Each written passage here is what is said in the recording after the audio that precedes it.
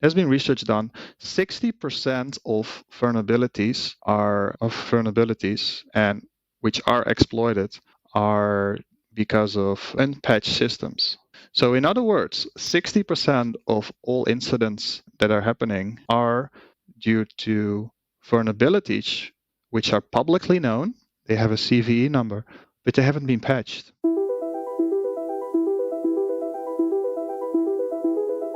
Welcome to Cybersecurity Heroes, an Iron Scales podcast about you, the heroes of cybersecurity. You're about to hear and learn practical and experiential knowledge in our conversations with CISOs, security directors and architects, SOC analysts, and other InfoSec stars so we can become more cyber resilient and safer together. Let's get into the show.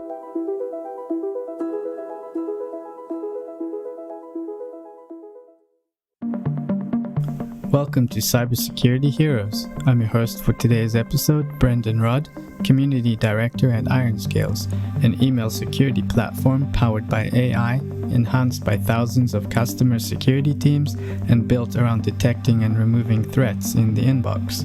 We offer a service that is fast to deploy, easy to operate, and is unparalleled in the ability to stop all types of email threats, including advanced attacks like business email compromise, account takeover, and more. Thanks for tuning in. Let's get into the show.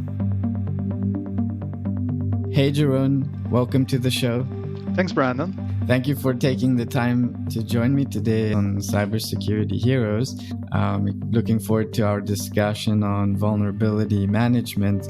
But before we begin, could you tell us a little bit about you, your background, and what you're working on these days? Yeah, sure. Again, thanks for having me on the show.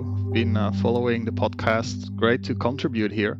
So my background is in technical information security between 8-10 years. I'm a defense specialist. So I help companies defend against modern day threats. I started with Equinix, the data center company, where I worked with AWS, with governmental institutes. I also worked with BTC.com, crypto wallets, to defend those wallets. I did work with Deloitte and a big furniture company. Now I'm a consultant and I try to stay independent. And from there on, I help wherever I can. Great. Thank you for that. And I guess before we open up today's episode, maybe just to clear the fog between the differences of vulnerability management versus vulnerability assessment. Yeah, that's a great question. And right, like you said, we're going to talk today about vulnerability management. And sometimes when a risk manager or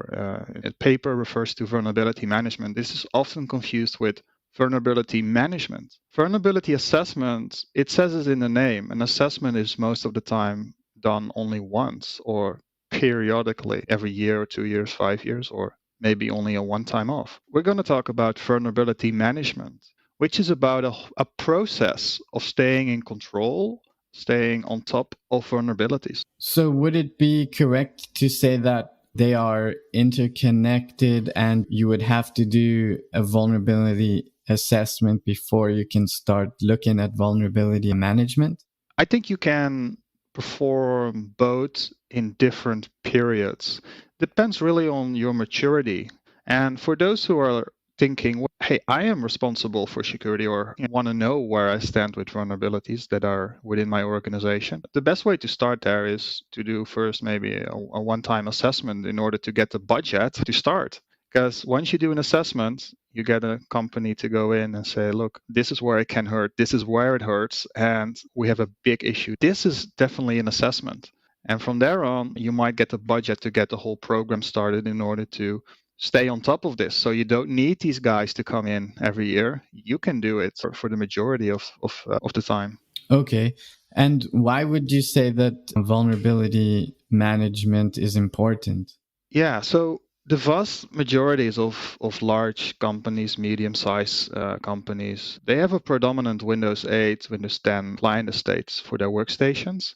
And then you have typically your Windows servers, your IoT devices, your network component. And with more and more security threats on the horizon, the right vulnerability management can prevent significant portion of security incidents, such as ransomware, data stealing of data, crypto miners. So in essence, how do you keep track of all those assets that are owned by your organization or are present in your organization in order to minimize your risk level? In the end, once you understand the significance, how many assets you have, how many vulnerabilities there can reside, and what you're actually dealing with, then you understand that it's an ongoing iterative cycle. And it's therefore really important to get a right vulnerability management program in place, especially that it's tuned toward real world threats. I think should be one of your key pillars of your organization. Could you explain the difference between vulnerability management and how does it differ from pen testing? Right. Just a one line answer here. With pen testing, you're most of the time on a application level. You're trying to get into a web app, or you're trying to do a whole infrastructure scanning, or trying to get into a company. With vulnerability management, you're being on the defense side, and you make this pen test as hard as possible as you can by closing all the doors, the vulnerabilities that reside within your organization. So pen testing is typically an application assessment or infrastructure assessment, which is semi-automatic, right? So these guys are running and girls are running the Nessus tools, Kali. They're using and the usual suspects in order to get clear what's happening. And from there on, they might go with burp and they go code and try to form an exploit in order to go from one to the other. This is much like a yearly car checkup, so to say. So you know where you stand and you want to test your defenses. And like I said, the vulnerability management program is really designed to build up your defenses by closing as many vulnerabilities as you can, and more or less to prioritize those as well, because you can't close them all. So you need to see where your risks are and where you should be on top of. And if we go back to vulnerability assessment, would you say that is closer to pen testing, or is it also quite vastly different? That would be closer to pen testing, yeah. So is vulnerability assessment like pen testing? What are the differences between pen testing and vulnerability assessment? Because they're also both a one-time activity, right? Yes. Most of the time when a company gets a vulnerability assessment, it's just a snapshot of where you are. And that's most of the time the tools which the vulnerability management program is, but does it just once. So to assess where you are, what kind of grades you get, where you stand, what your risk posture is. Mm-hmm. And with a pen test, this is most of the time scoped towards a specific application farm, a specific application, or a whole company to say, can you get in? Can you become domain admin? Can you basically own us? Okay, thanks for clarifying. So where does vulnerability management fit in the cybersecurity maturity model? I think we need to define a collaborative set of security controls when you talk about a model. And I really like to talk about security building blocks whenever you say or name a model, because models can be interpreted different ways. Security architects have separate visions, and then you have the vendors that have their own opinion. But I think in order to have a proper security in depth, so different layers of security, and especially on the prevention side, because that's what we try to realize here, to mitigate, to prevent a security incident from happening, from a vulnerable exploitation. I think it's a key component. And if you're listening now and you think, we're doing this maybe on an assessment basis, what can we do to do it more on a management, on a period, like on a cyclist basis? Then vulnerability management is something that is the answer as part of your whole framework. And you can also make this, chunk it up a bit. You can also make it part of your growth plan. You don't have to implement everything straight away. To make it a bit more concrete, a bit more bottom up, by saying it should be a key component. What I mean is you have your advanced threat protection solution, and what we call our antivirus. That's one. We can have a privilege management. We make sure we don't give over excessive access to everyone. We have separate domain accounts. Maybe you already have a SIEM in place. And then I think vulnerability management should fit in within those security building blocks, so to say. And vulnerability management is part of the Nist framework, correct? And in Europe, you use the ISO framework. Which framework do you use again? This is really a good question, because let's take a few steps back. What is a security framework, and why does your organization need one? I think it's a best practice to help you and define your enterprise security program. And you really start to implement this when you accept that your organization has security risks, and you map those risks against security controls, like these building blocks that we just talked about. And then this risk-based approach should materialize in a roadmap, which should be in line with your core business activities of the company you defend. And yeah, you can either build this program from scratch, or like you said, like the Nist framework, you can choose to go for a framework that already thought about all these things, and from there on take it further.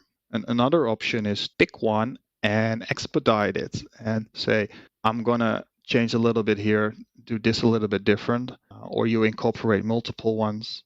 But in essence, it's there to help you. The way I see it is that you cannot secure what you don't know is vulnerable. If companies are not doing this, which I feel, again, my personal opinion as an outsider, not a cybersecurity professional, but if you don't know what's vulnerable, how can you secure it? So if companies are not doing this, what are they doing instead? Oh, yeah, absolutely. 100% agree. What I see when I talk with companies and they say, we want to know more about this, and I ask them the same question, what do you do now? And sometimes they just accidentally stumble upon a Twitter message. Maybe you should look at this. I think this week we had some big news about Confluence. Like it's an application where you can share documents, co-create. This one was at a really high vulnerability. But do you want to know that this application is vulnerable through the news, or do you want to make sure that you know it when you exactly need to know it? You have a process in place to remediate that, and you have the tooling in place to verify that. And that's now basically what companies are struggling with.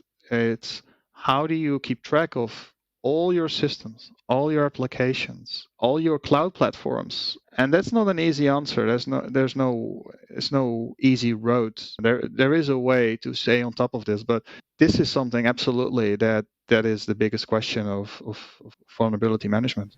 And one more question relating to pen testing. Would you say that vulnerability assessment and management could replace pen testing if you don't have the budget for both? Or would you say they're too different to compare? They're absolutely complementary. I don't think that if you have a good team, really the guys and girls that know their stuff and they do a good pen test, you're not getting completely covered with vulnerability management. However, if you stay on top of your open vulnerabilities, you make it really hard for this pen test team to go from lateral movement to go eventually to domain admin, to compromise domain.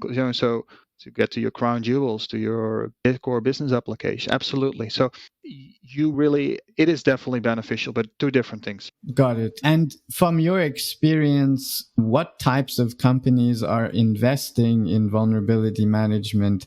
Is it expensive? Can smaller companies afford it? What are you seeing in the market? I think the intensity of incidents is nowadays this year way higher than it was last year. I think it's only getting worse, so to say. And Microsoft had especially really bad 3-4 months with all the things that happened. We remember the print nightmare. We remember credentials with the SAM database. So there were a few. And I think when you realize this as a system administrator or as a security professional working with a really small budget, it's getting more accessible. It's definitely affordable. So for small companies, there is absolutely a way to do vulnerability management for a couple of thousand just for the licensing. If you're a small business, you can stay on top. And if you, next to this vulnerability management, employ the right security building, this is definitely accessible and affordable. talking about starting, where would one start with vulnerability management? Yeah, you start with first looking at what you have. So what are you trying to stay on top of? And you can start with what are my assets, right? So are we talking about workstations, servers, Internet of Things, the little computers behind the monitors that show the news in the office, your printers?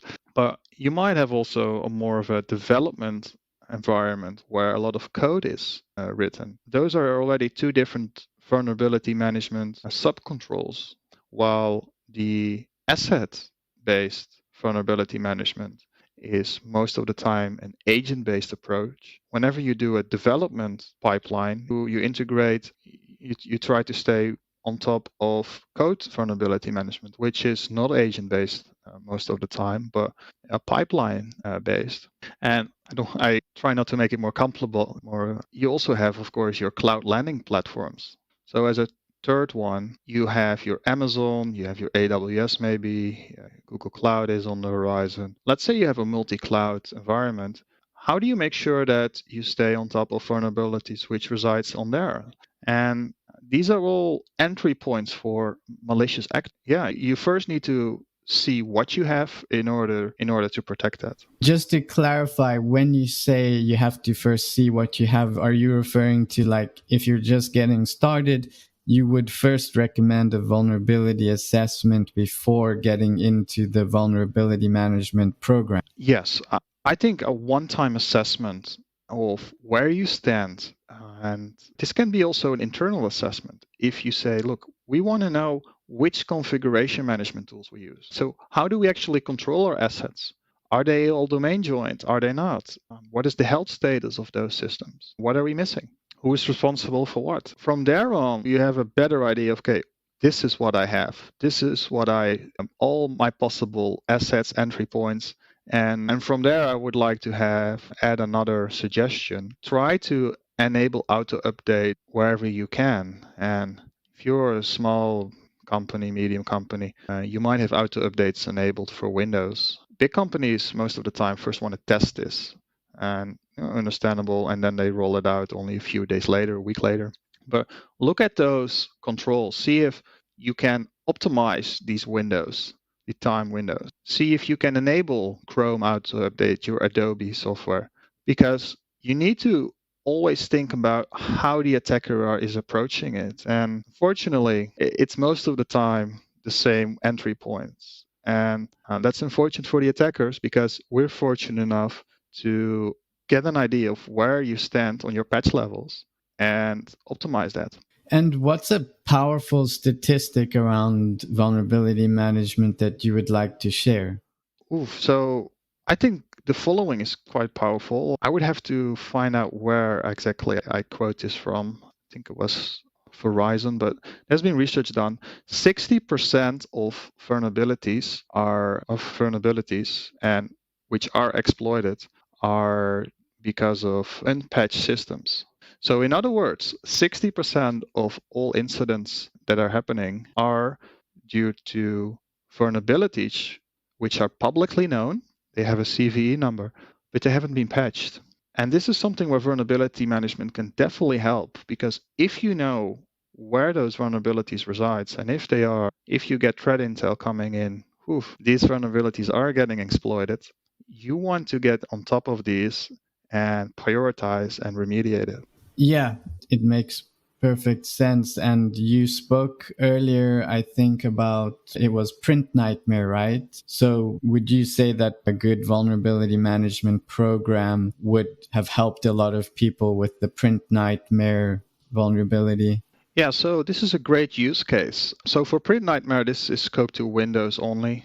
I think it had 4 versions eventually, but let's just take it as an abstract. In order to stay on top of this use case, you would have to install a vulnerability management agent on your Windows assets, your servers, including your print servers, your other servers, domain control, all of them, and also your workstations, because there was also an exploitation part present for local print. But what you do, you install a vulnerability management agent, and within 48 hours, sometimes even 24, which assets are vulnerable and what you should do in order to mitigate this vulnerability. Cybersecurity Heroes is brought to you by IronScales, an AI-powered, self-learning email security platform that helps security professionals proactively prevent, detect, and remediate phishing attacks in a matter of seconds, not hours or days. And we have an exclusive offer for our podcast listeners. Discover dormant phishing threats in your organization's mailboxes. Get a free 90-day scan back with a detailed report. Integrate in seconds with 2 clicks via API to Microsoft Office 365 and see what your current email security is missing. Go to ironscales.com/free scan to learn more. And how would the print nightmare vulnerability have been detected through a good management program? Right. So it starts with the product, the solution that you pick as a vulnerability management solution. So they have threat intel coming in. They have the variables on which they can flag a vulnerability. So this could be a running service, a version of a DLL, a KB installed or not. And from there, it just sorts, it just scans the system every day or every few hours, and you get a complete list of systems that are impacted. Now, remediation differs, especially in this use case. One way was to completely disable the print spooler. Another way was to deploy GPOs, group policy objects, so to harden your way of printing, the accessibility of the service. And depending on which mitigation path you're going, the solution, the vulnerability management solution, can identify all the systems that have been affected and are still affected. Because in essence, Brandon, like if you are a sysadmin and you say, okay, I deployed remediation, did you ever hear like people from our field say it's 100% mitigated? Not to my knowledge. Exactly. And that's always the gap here. And when a sysadmin says, I'm responsible for 1,000, 5,000, 10,000, 100,000 assets, he has his management portal. He pushes out the change after it's been approved. But you always have systems that are online but don't receive the update. That's a risk because these machines can be exploited. And attackers have the tools ready to, and they have a lot of time too, to find this 1 or 5%, or if you have really bad luck, this 10% of your estate, which doesn't get patched. Yeah, makes sense. So actually, by having a solid program, you're actually reducing the amount of downtime you would potentially have if you were, hit by a print nightmare, for example, because you mentioned having to completely, wipe the system and start up from scratch. So it sounded like another return on investment from having a good program is reducing all the hours that you would need to get back up and running. I think it's, in terms of return of investment, I think it's a great security control. Whether you ask for it through your managed service provider as a service, whether you do it in-house, whether you let consultants help you build it up and then transfer it in-house, it helps with a lot of things. First of all, you understand if you do the whole process, you have an idea of what your assets are, where your risks are. You try to stay on top of vulnerabilities based on publicly disclosed reports, CVs. And it definitely helps with your patch management process. So if compliance was ever an issue or an audit once failed, then so it definitely overlaps with different fields. Yeah, for me, it sounds more of a preventative measure. Trying to find the cure is much more costly than having a good preventative program in place to prevent ransomware, for example, or any other type of attack. Definitely, Brandon. And you were speaking, about platforms. So I want to dig into this a little bit more. My understanding of vulnerability management is that it's heavily reliant on platforms and technologies to manage. So would you agree or disagree? And what can you share with us regarding that? Yeah, so most vulnerability management solutions depend on vendors which host their own platform. And in essence, this is a SaaS solution. So this is the most typical way of doing vulnerability management, where you leverage the platform of a vendor, and the vendor will have agents available you deploy internally, externally. You have APIs that you connect, and from there on, you have if you deploy to all or almost all your systems, you can leverage these platforms in order to get a risk appetite score or an ID of your organization. And just to name a few examples, Qualys offers the Nessus Tenable, Rapid7, just to name a few. I try not to be biased. These are alternatives. These are all options that you can leverage. And you talked about platforms. So if you're on a tighter budget, could you do it without a platform, or could you do it with, we call them point solutions? As your maturity model and budget increases, you can obviously go for a one-stop shop, i.e. platform, but maybe you could talk us through that, and also maybe what are the advantages and disadvantages of doing it with standalone solutions versus a platform. Yeah, I think nowadays, unless you want to go incredibly cheap, I think there are, for example, Tenable, for a couple of thousands a year, you can get a complete overview of your assets, where you stand on vulnerability management. And the good thing about this is the platform is managed by the vendor. They do all the the CVE database correlations. There is, of course, a way to do it with open source tooling. I like it. I like open source tooling a lot. I work a lot with it, especially if I do engagements for customers, try to contribute in it. But when it comes to the defense side of doing vulnerability management, I think it's incredibly accessible, affordable, and I think this is the way to go. Okay. And what should buyers look out for when in market shopping for a solution?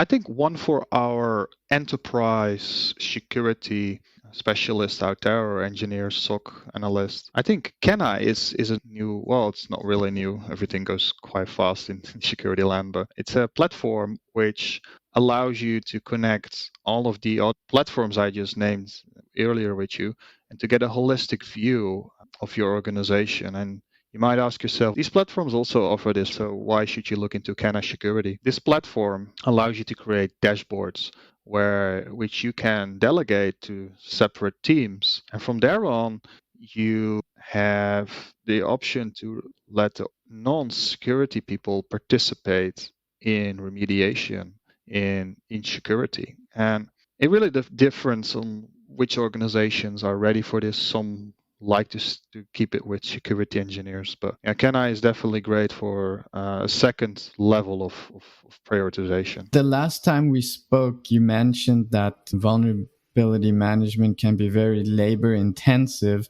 if you use the product straight out of the box. So can you share some of your insights around that? Yeah, it is.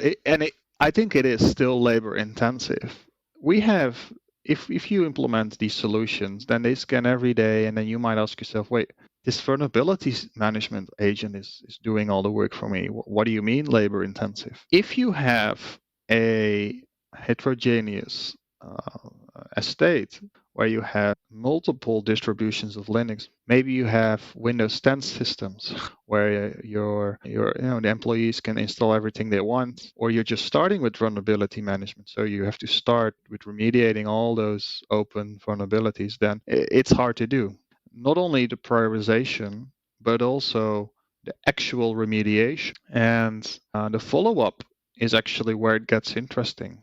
And just an example from some of my previous customers I worked with, organizations I worked with. Let's say they installed a media player, VLC player, and this VLC player is vulnerable to remote code execution. So in other words, an attacker can take over the system. How do you remediate that? What I can share here is try to involve the business users, the employees in your remediation process. You can have integration, whether you do it custom, whether you do it with Python, you do it with Excel. You can have, or the API, which is available most of the time, you can have a semi or completely automated process to email them to say, look, we detected VLC player.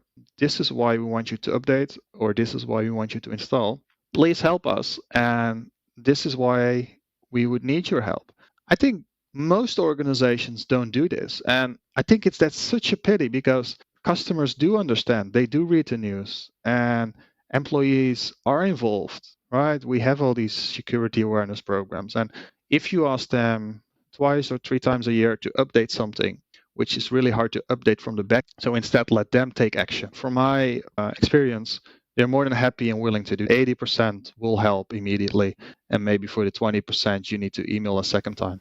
Yeah, that's a great bit of advice. Like, your employees are your last line of defense. If they understand the why, it just probably resonates better as opposed to always being a police officer. It's just a better approach to be nice and explain the why, because again, the why usually brings out a story, right? So people remember stories and are probably more open to listening than being told don't do this or being shouted at or whatever. It just depends on the culture in the company. Absolutely right.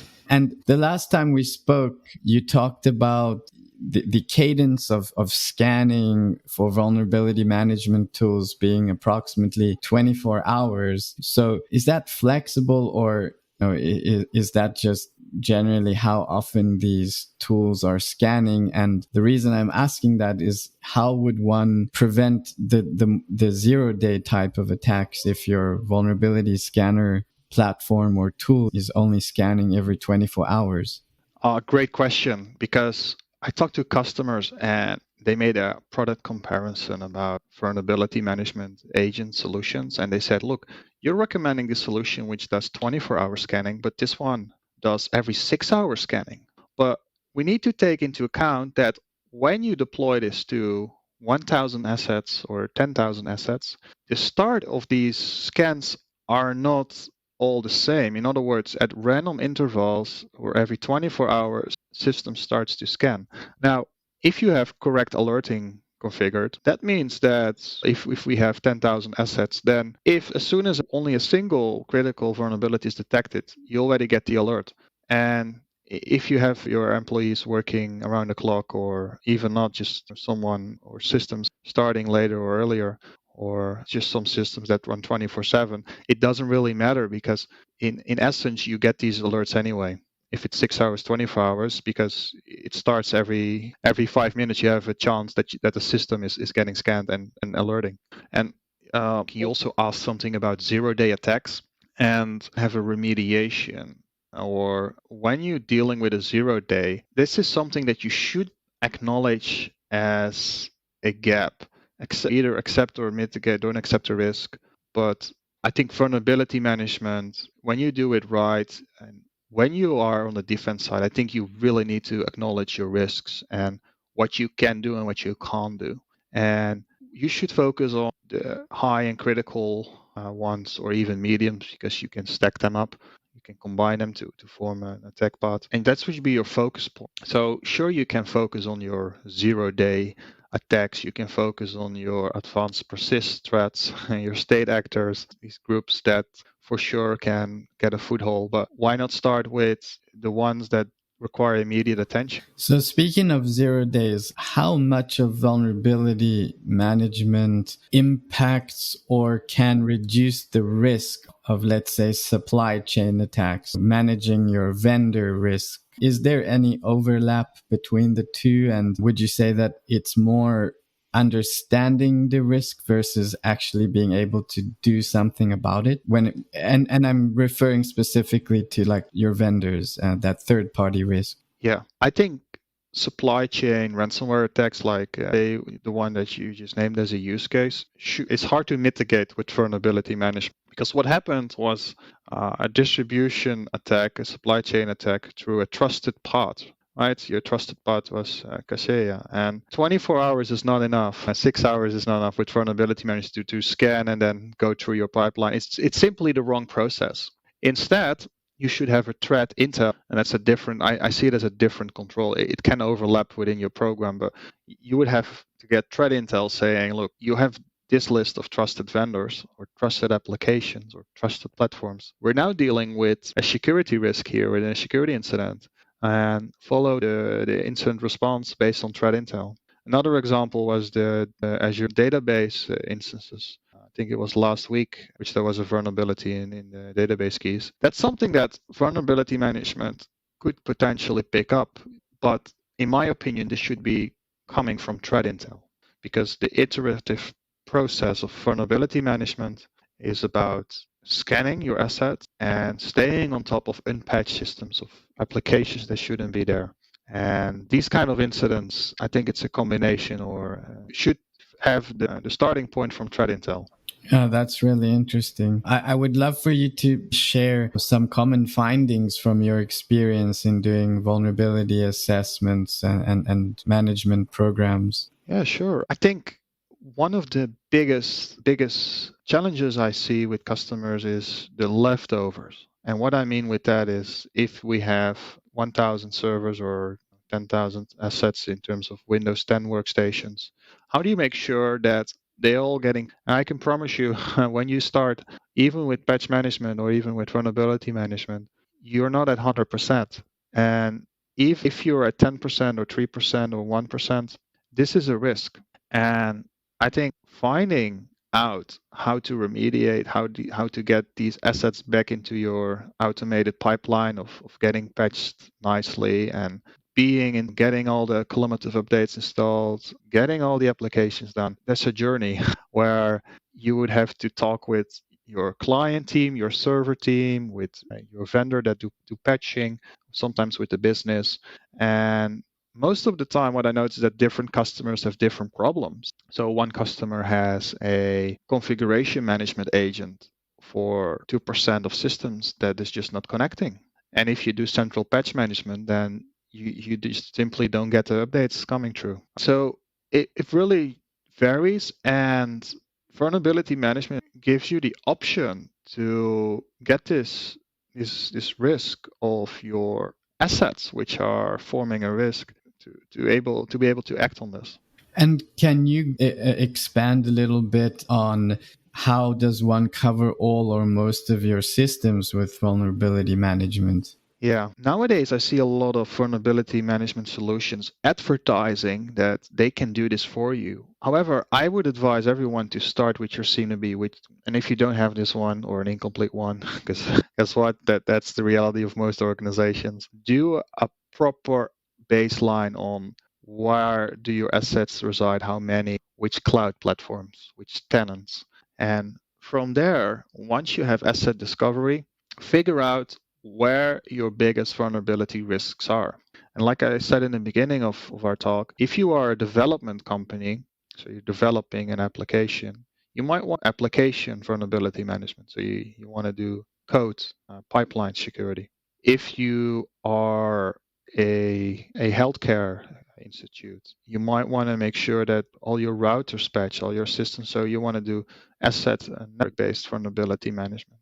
If you recently migrated to the cloud, so from on-prem to Azure, make sure that you have visibility on those vulnerabilities in the cloud and all those assets that are either compute or computeless. How do you integrate the vulnerability management processes within your organization? I think you need to first get the budget done because this is going to be a change in working, because now we're going to have checks in place, some detection methods, and there are going to be actions coming from these detections. And I don't believe there is a standard way of doing this. I think it really depends on your organization and who is in charge of what.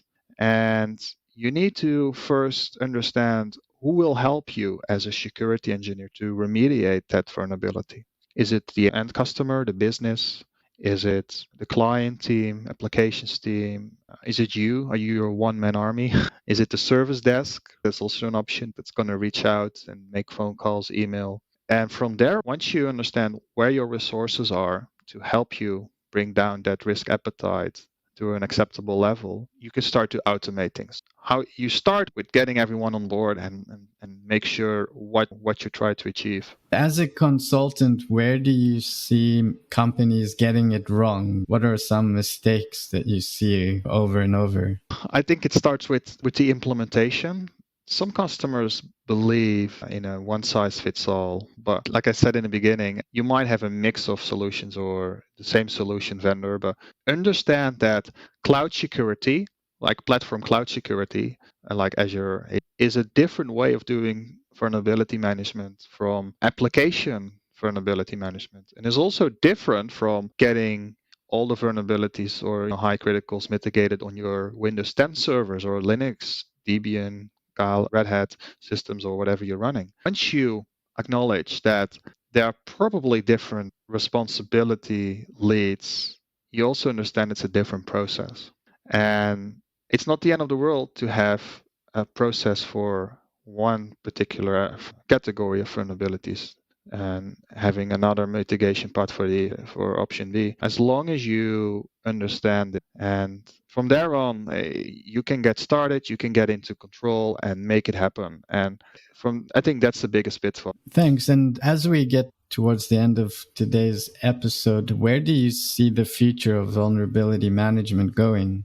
Let me then start with some gaps that these solutions sometimes don't offer, which is it doesn't always scan your TPM module for disk encryption. Firmware levels sometimes not taken into account. Application level, so if you have a very custom application, a pen test would be more fit. And of course, the other use case we named, the vendor or supply chain, that's a gap there.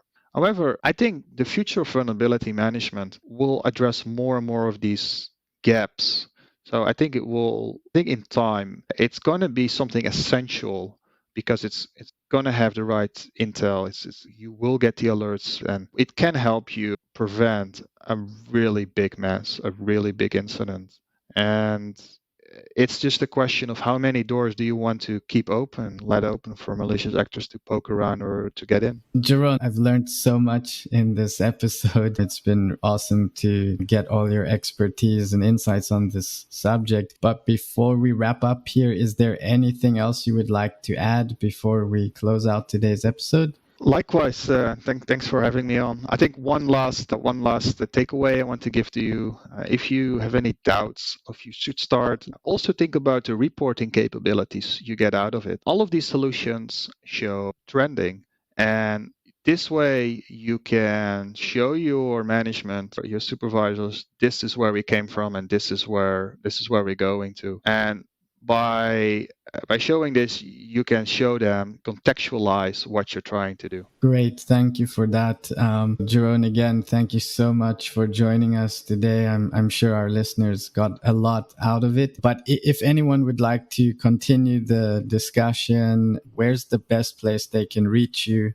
Cryptsus.com, you can reach me. And if you are in the process of getting a vulnerability management program or you want to get a risk assessment, we can help. We help customers already, and we're happy to help you. And from there on, you can reach us.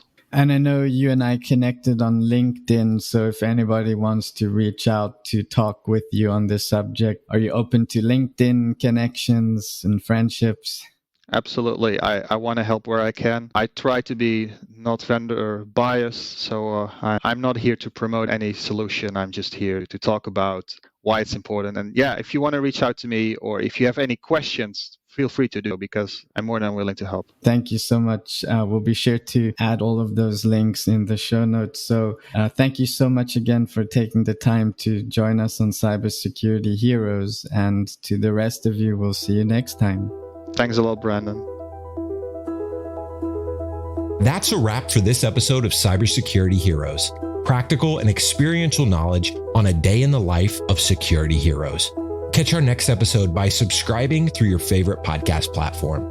If you're listening in Apple Podcasts, please leave a rating for the show. They really help a lot. Thank you so much for listening. Until next time.